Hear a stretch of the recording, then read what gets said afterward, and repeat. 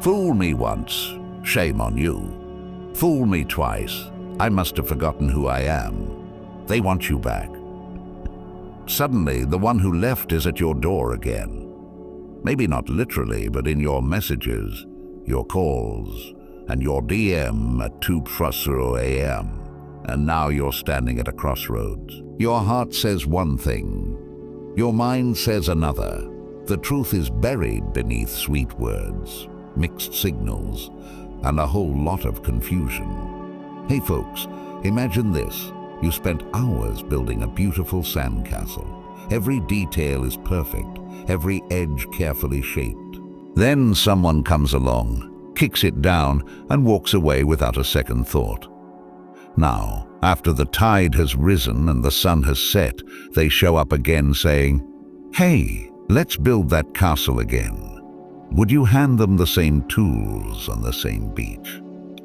Would you let them touch what they destroyed without asking why they did it in the first place?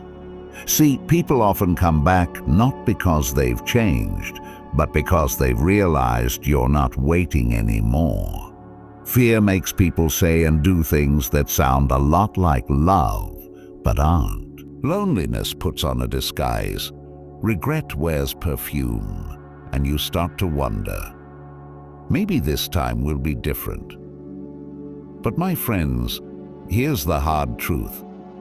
If they really saw your worth, they would have never gambled with it. You don't lose diamonds and suddenly become a better jeweler. You just realize you were careless. That's not love. That's recognition of your value too late. The Stoic philosopher Epictetus said, first say to yourself what you would be, and then do what you have to do. If you're going to think about giving someone a second chance, you need to know who you are first. You need to stop being available for people who only remember your worth when they feel your absence. This video isn't about bitterness. It's not about playing games. It's about clarity. It's about asking the questions that pull back the curtain and reveal what's real and what's just panic in disguise. Because if you're not careful, you'll let the same person hurt you twice and call it fate. You'll confuse comfort for connection. You'll call their fear of being alone growth when all they've done is miss the way you made them feel. You're not a habit, you're not a backup plan, you're not their emotional safety net. This time, you're going to ask the questions they didn't expect, the ones that make them stop and think, the ones that protect your peace. Because, my friend, it's not just about if they want you back, it's about why they want you back, what's changed, and whether they deserve the version of you that survived their absence. So if you're ready to separate truth from temptation, nostalgia from growth, and love from loneliness, then stay with me and write this in the comments right now. I am not a backup plan. Say it, claim it, mean it. Press that like button, hit subscribe, and let's walk through this together, question by question. This is your moment of clarity, your moment of power, your moment to rise. Question 1. Why now? People change, but sometimes they just change their minds, not their behavior. Let's start with the question that cuts through the fog of emotions like a blade. Why now?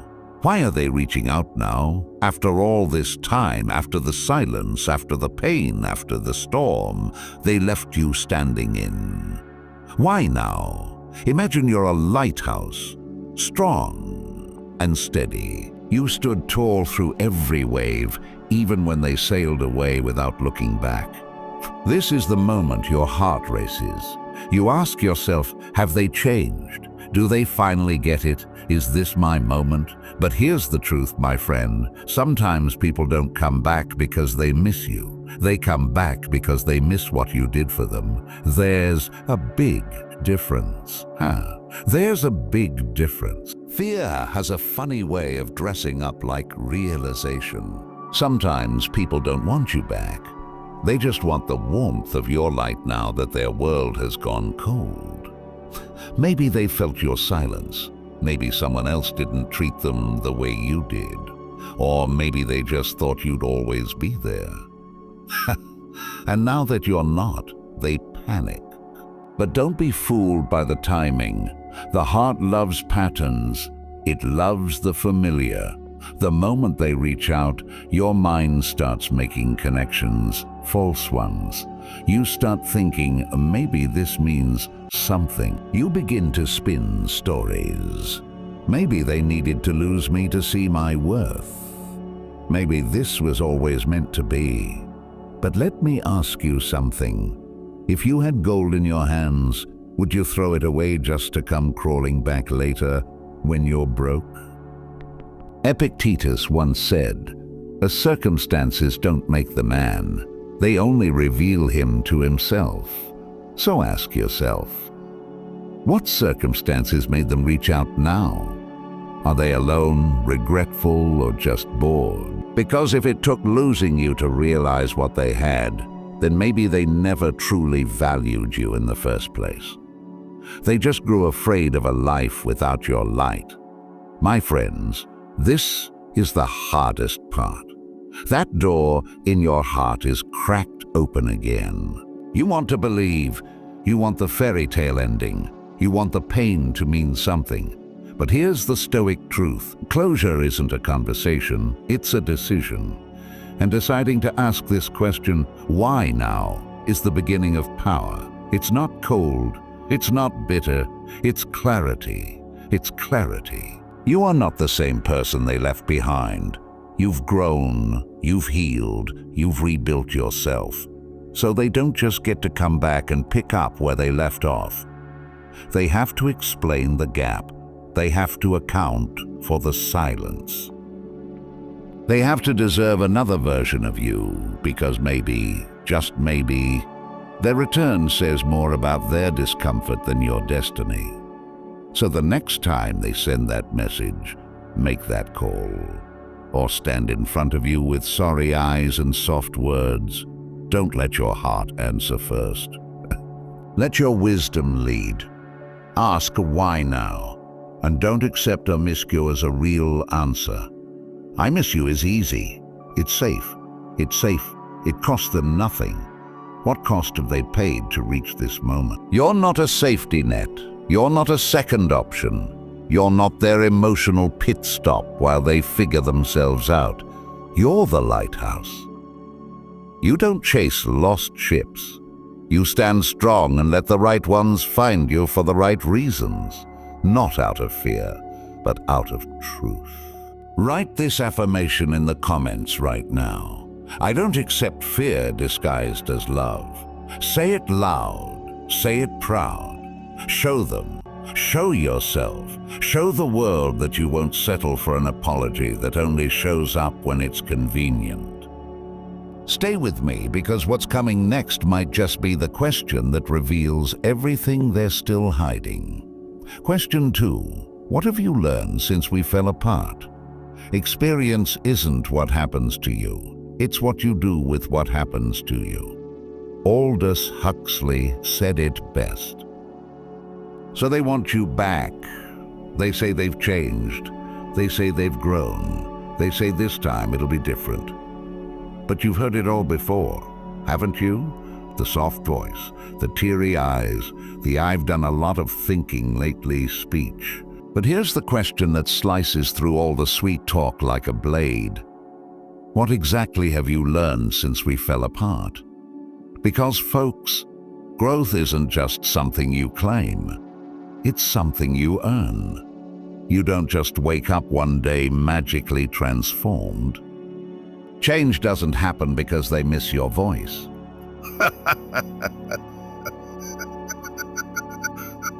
Real growth comes from facing the wreckage they left behind and saying, "I did that and I'm going to be better."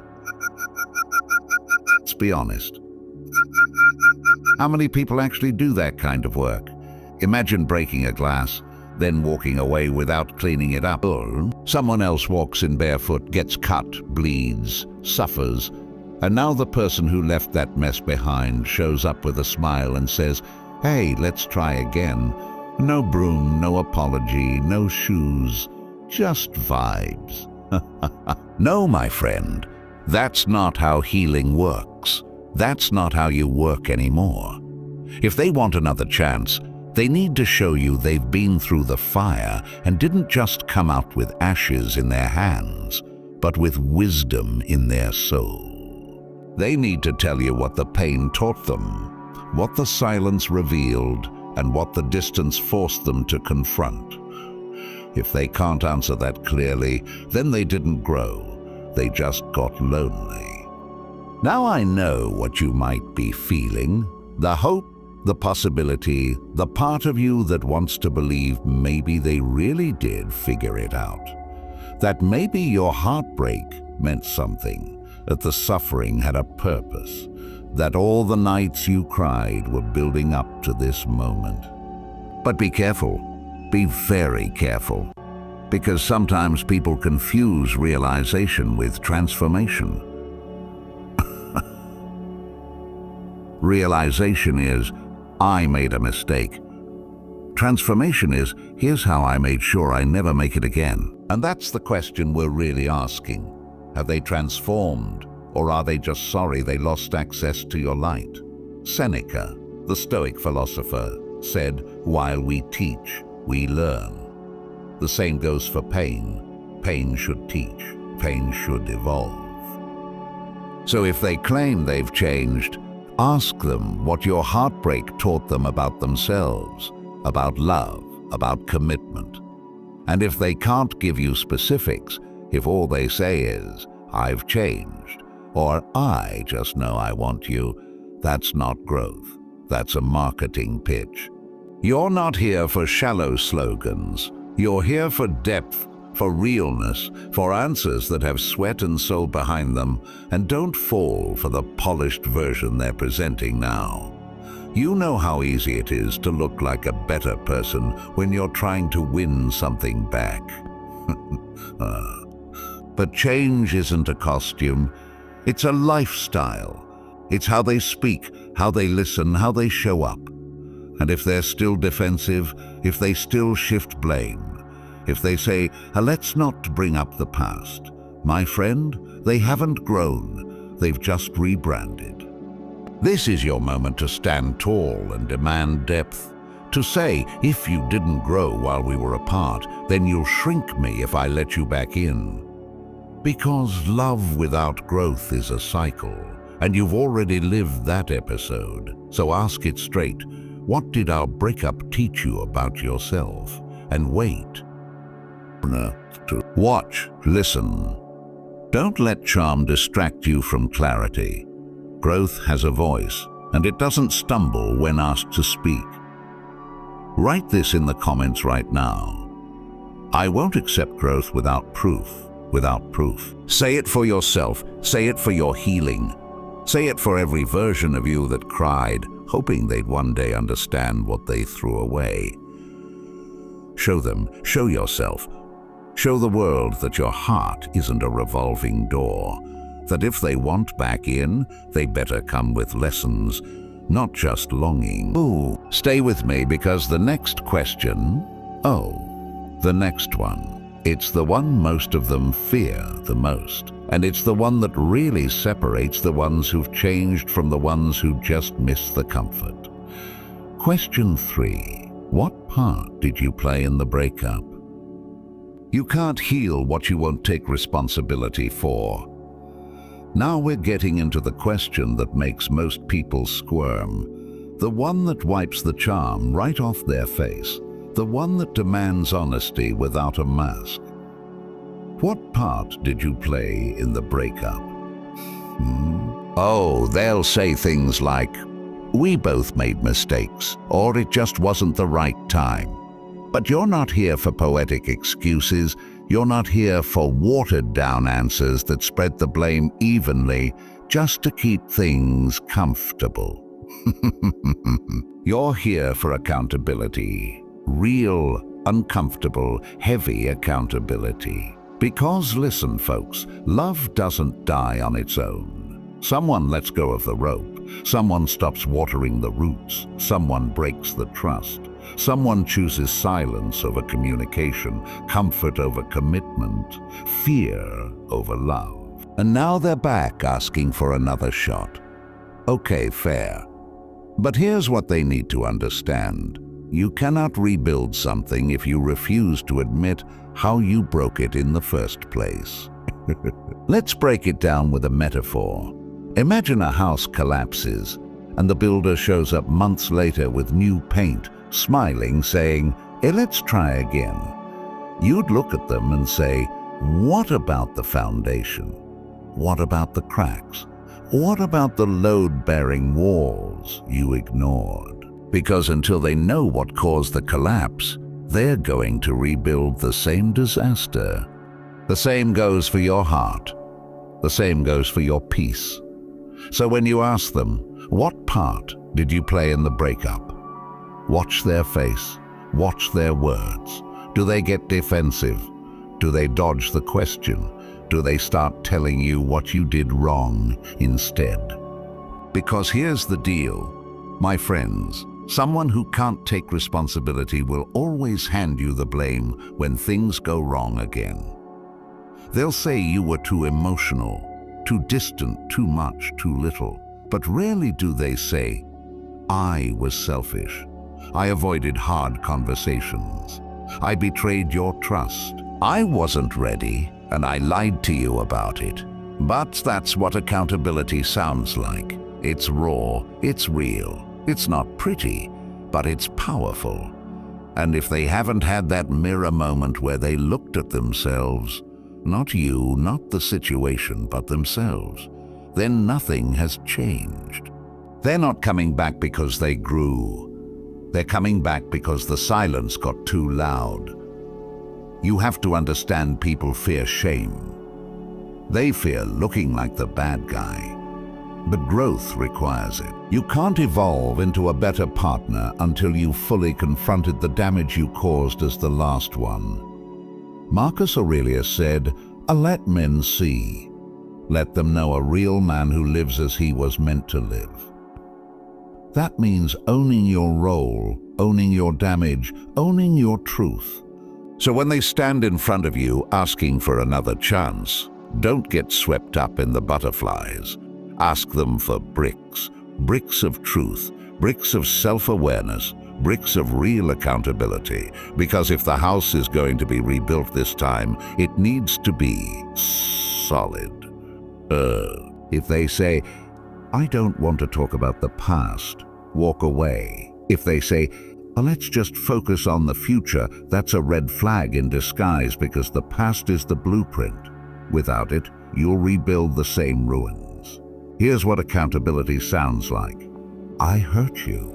I avoided responsibility. I acted out of fear and pride. I sabotaged something good, and I've worked on why. If they can't say those things, then they're not ready to love you. They're only ready to feel better about themselves. This is where you stop accepting apologies written in pencil. This is where you demand ink, permanent, clear, unshakable. Write this in the comments right now. I won't carry the blame they refuse to hold. Let the world see that you're not falling for the edited version of the past. Let them know you've graduated from fairy tales to facts. Show yourself that you'd rather be alone in peace than together in confusion. Stay with me, because the next question, that's the one where most people fold. And you're going to want to see whether they stand tall or walk away when it's time to prove who they've become. Question 4. How have you changed, and what proves it? Don't tell me you've changed. Show me who you are when it's no longer easy to pretend. Let's be honest, this is where most people crumble. They come back into your life with soft words and familiar smiles and say the line we've all heard before. I've changed. But the question you need to ask, the one that separates truth from performance, is this: how have you changed, and what proves it? Because change isn't a hairstyle. It isn't a motivational quote on their story. It's not deleting old photos or sending a late night "oh, I miss you" text. Change is work. Change is sweat. Change is looking yourself in the mirror and not liking what you see, and then doing something about it. So when they say they've changed, pause. Don't get caught in the emotion. Don't let nostalgia start whispering lies in your ear. Because we both know this moment is dangerous. This is the moment where your heart starts writing stories. Again, imagining futures, erasing the past with hope. But my friends, hope without evidence is just another setup for heartbreak. You deserve more than empty declarations. You deserve proof, receipts, real transformation. And that starts with action, because anyone can say, "I've changed," especially when they want something. But what have they done when no one was watching? That's the real question. Let's look at it this way. Imagine someone breaks a priceless vase, your trust, your love, your heart, and they come back months later saying, "I've changed." Would you believe them just because they said it, or would you ask them what they've done to make sure it never happens again? Did they study how they broke it? Did they learn to handle things with care? Did they buy the glue and learn how to hold fragile things with steady hands? Because without action, their words are just recycled guilt dressed up as growth.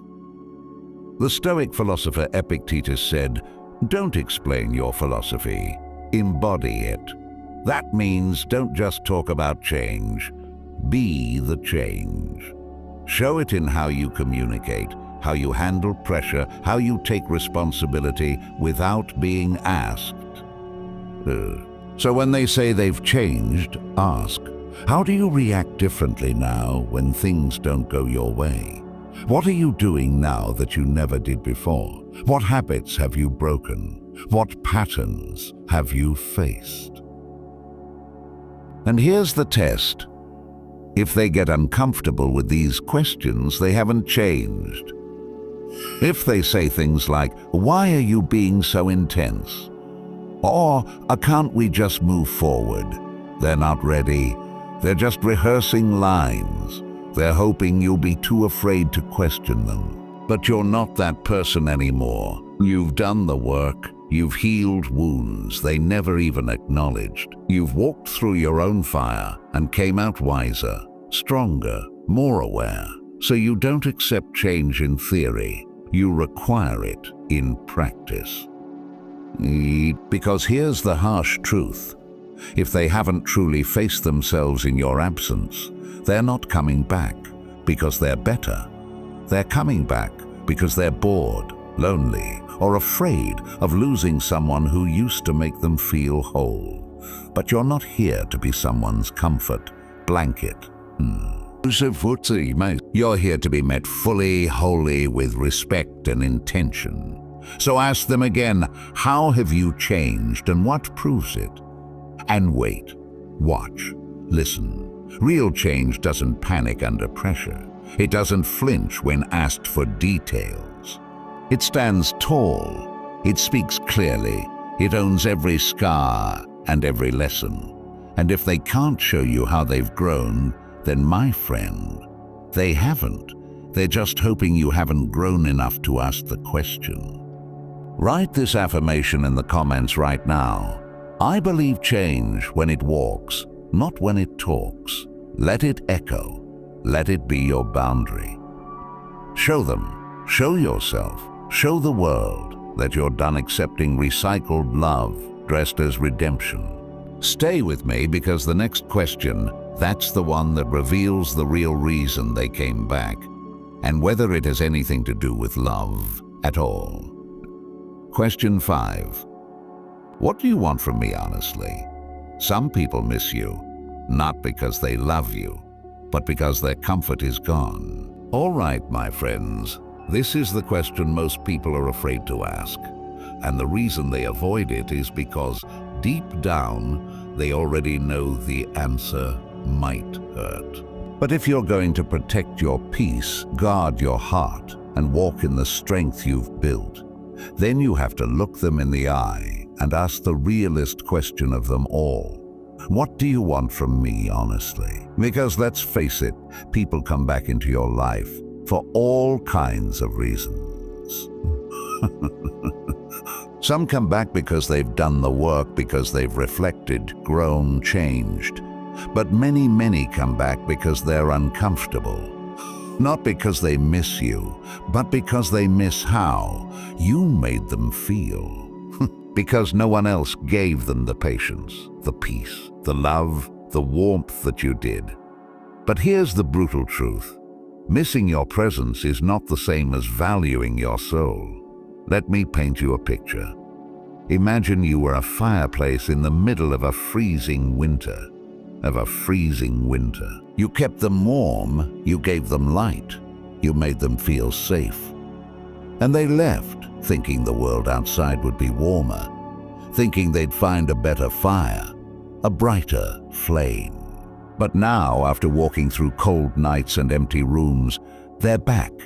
Not because they understand the worth of your warmth, but because the chill outside has finally sunk into their bones. That's not love, that's survival. That's comfort, that's fear. You've got to understand, folks, a lot of people confuse love with relief. Relief from loneliness, relief from guilt, relief from the silence you left behind when you finally chose yourself. But the moment they feel whole again, the moment the fire gets cozy, they start forgetting and the cycle begins again. So when they say, "I miss you," don't just melt. Ask, what exactly do you miss? Is it the way you listened to their problems at 2 to 0 a.m. while they gave you silence in return? Is it the way you made space for their chaos while they left you feeling invisible? Is it the love, the care, the peace you poured into them without ever being refilled? Ask them. Ask them directly, and don't accept a surface-level answer. "I miss us" isn't an answer. "I don't know. I just feel it" isn't enough.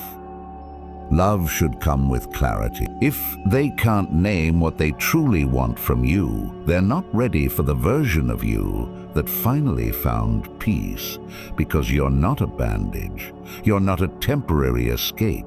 You're not here to fix what they broke in themselves. Now, I get it. This is a hard question to ask, because asking, "What do you want from me?" means facing the fear that the answer might be not love.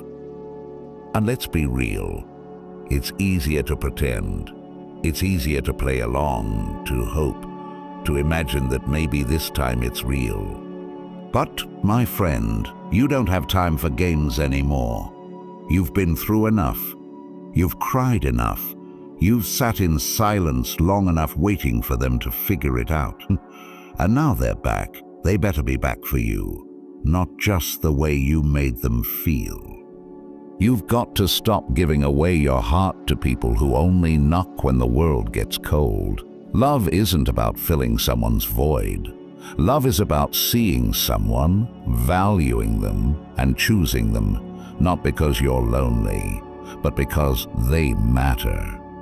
And here's the kicker: someone who truly wants you, not just your comfort, will have no problem answering this question. They'll say, "I want to love you better than I did before. I want to show you I've grown. I want to build something real with you," and you'll feel the depth in their voice, the weight behind their words. But someone who's only back to feel something again, they'll hesitate, they'll fumble, they'll feed you lines that sound good but feel empty. They'll try to fast forward the conversation. They'll tell you you're overthinking. They'll say, "Can't we just be happy again?" No, you can't be happy again unless the truth is on the table this time. This question, "What do you want from me?" puts a mirror in front of them. It forces them to look at themselves, not just you. And if they don't like what they see, they'll run. And if they do, then maybe, just maybe, there's something to work with. But either way, you win, because now you know. You're not out here giving yourself away blindly anymore. You're not settling for "I miss you." You're not falling for familiar patterns, dressed up as fate. This time, you're asking the hard questions. You're protecting your light. You're choosing peace over potential. Because your heart isn't a convenience store that stays open whenever they feel empty. It's a sacred space, and only the worthy get in. So look them in the eye, ask the question. Sit in the silence, let the truth reveal itself. Write this in the comments right now. I am not your comfort. I am a choice. Let it be your anthem. Let it echo in every corner of your healing. Let it remind them and remind you that you are not something to return to when life gets hard. You are someone to choose when love gets real. Show them you're no longer the person they could just come back to whenever they feel lonely. Show yourself that this time it's different because you're different. Stay with me, because the next question, that one might just shatter everything they've been trying to hide. Question 6. How will you rebuild what you broke? You can't ask to be trusted again when you haven't built anything to stand on. This is where the fairy tales end, my friends. Right here, right now. 'Cause apologies are easy. Regret is cheap. And saying "I've changed" it costs them nothing. But trust is expensive. It's earned in sweat, in patience, in consistency. You don't just get to walk back into someone's life and expect the house to still be standing, not when you're the one who burned it down. So when they come back, when they say, "Let's start over," you look them in the eyes and ask the question that reveals everything. How will you rebuild what you broke? Not if, how, and not when, with what, not why. Because let's be real, "I miss you" isn't a blueprint, it's just noise. Let's get serious for a moment. Imagine someone breaks your window, not by accident, but out of neglect. Maybe they slammed the door too hard, ignored your warnings, acted recklessly. The glass shatters. Cold air gets in. You're left cleaning up the mess. Now imagine they show up months later, flowers in hand, and say, "I'm sorry. Let's go back to how it was." No tools, no apology that matches the damage, no plan for the window, just a hope that you'll forget the cold you lived in after they left. That's how most people treat broken trust. They acknowledge it happened, but they don't do the work to fix it. They think your forgiveness should come gift-wrapped because they finally felt bad. But let me tell you something. Trust isn't given, it's earned. And if they broke it, they don't get to decide when it's repaired. You do. So you ask them, "How are you going to prove that I can believe in you again?" And watch. Watch how they respond. Because people who mean it, they'll come prepared. They'll say, "I know I hurt you. I know it's going to take time. I know it won't be easy." And I'm not asking you to forget anything. I'm here to show you every day that I'm not that person anymore. That's the kind of answer that speaks from a changed soul. That's someone who gets it. But if they say things like, "You just have to trust me," or "I said I'm sorry, what more do you want?" Walk away, because those are the words of someone who doesn't understand what they broke. They don't want to do the work. They just want the reward. And we don't hand out rewards for unfinished apologies. Not anymore. Real rebuilding takes bricks, and each brick is effort. One for honesty, one for consistency, one for showing up even when it's uncomfortable, one for being transparent even when it's hard. And if they don't have those bricks, they don't get access to the house anymore. You're not in the business of offering keys to people who've proven they'll only lock you out when things get tough. Let me be clear, it is not your job to fix the trust they broke. That's their work. That's their responsibility. If they want to come back into your life, they need to show you the tools they're bringing, the foundation they're laying, and the steps they're taking to build something that can last. Because trust isn't about words. It's about pattern, repetition, doing the right thing when no one's watching. It's not about grand gestures. It's about the small, quiet things they never did before. And here's what they'll try to say. They'll try to tell you that you're holding on to the past. They'll say you're being dramatic, or you're making it harder than it needs to be. Don't fall for it. That's guilt trying to take a shortcut. That's someone who wants access without accountability. But you, my friend, have evolved. You've seen what happens when you trust too fast, love too freely, and expect people to change just because they said they would. So this time, it's different. This time it's different. This time they show you. They show you by not disappearing the moment you set a boundary. They show you by listening instead of defending. They show you by staying steady when things get messy, because that's what real rebuilding looks like. It's not clean, it's not easy, but it's intentional. The Stoic philosopher Epictetus once said, "Circumstances don't make the man, they only reveal him to himself." So let the circumstances of your question, how will you rebuild what you broke, reveal who they really are. If they crumble under the weight of it, they were never ready. If they rush you to forgive, they're not doing it for you. They're doing it for their own comfort. Trust is not a free pass, it's a mountain. And if they aren't willing to climb, step by step, with patience and presence, then they don't deserve the view from the top. They don't deserve you from the top. Write this in the comments right now. My trust is earned, not owed. Let the world hear you. Let them hear you. Let your heart know that this time you're choosing safety over sentiment, proof over promises. Because love isn't just about feelings. Love is about showing up when it's hard, staying when it's uncomfortable, and rebuilding when it's broken. When it's broken. And if they can't do that, let them miss you from a distance. Let them learn what it feels like to lose someone they could have kept if only they were willing to do the work. Stay with me, because the next question, that's the one that will either open the door to a future or close it for good. Question 7. How do you see our future? Clearly, specifically, honestly.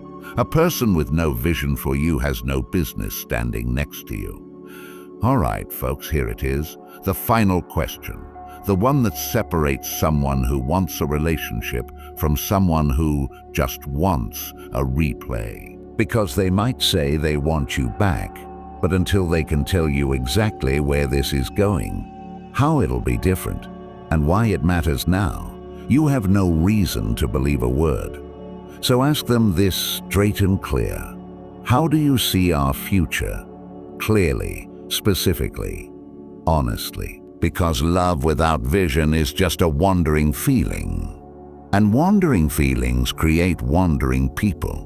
They'll drift in and out of your life like a song you once loved, but can't remember the words to. And guess what? You don't have time for that anymore. Let's put it into perspective. Would you get into a car with someone who doesn't know where they're going? Of course not. You'd ask for directions, a plan, a destination. But in relationships, we often ignore that. We accept, let's just see where it goes, as if it's not a dead end waiting to happen. My friend, you are not here for circles. You are here to move forward with purpose, with clarity, with someone who knows exactly why they want you by their side. So ask them, what do you want this to look like 6 months from now, a year? What are we building here? Do they want partnership, commitment, growth, or are they just lonely, nostalgic, and hoping to fall back into the warmth of your arms because life hasn't given them better? Let me be blunt. If they couldn't commit before and still can't give you a straight answer now, what's changed? A lot of people want love, but few are willing to lead it somewhere. They want the feeling, not the responsibility. They want the idea of you, not the work of a relationship. And this is exactly where people fall for the trap again. They hear things like, I just know I want to be with you. Can't we just be happy again? I don't want to pressure it. Let's just take it day by day. Sounds sweet, right? Feels good in the moment. But here's the harsh reality. Vagueness is a red flag dressed in comfort. If they can't give you direction, it's because they're not sure if they see you in their future. They just don't want to let go of the present. You deserve more than that. You deserve someone who isn't afraid to say, here's where I see us. Here's what I want to build. Here's how I'm going to show up day after day. Marcus Aurelius said, a man's worth is no greater than his ambitions.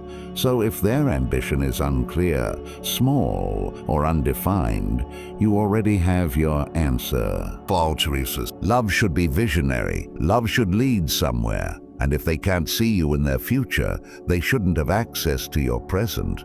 Write this in the comments right now. I deserve a love with direction. Say it loud. Say it proud. Say it proud. Let them know. Let yourself know. Let the world know you are no longer settling for wandering hearts with no compass. This is your moment to choose a path that leads forward, not in circles. Stay with me for one final message that ties it all together. And because what you choose next matters more than what they say. And now to wrap this up, remember, wanting you back isn't enough.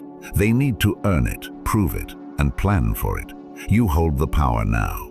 Protect your peace, trust your growth, and never settle again. If this spoke to you, like, subscribe, and share it with someone who needs it.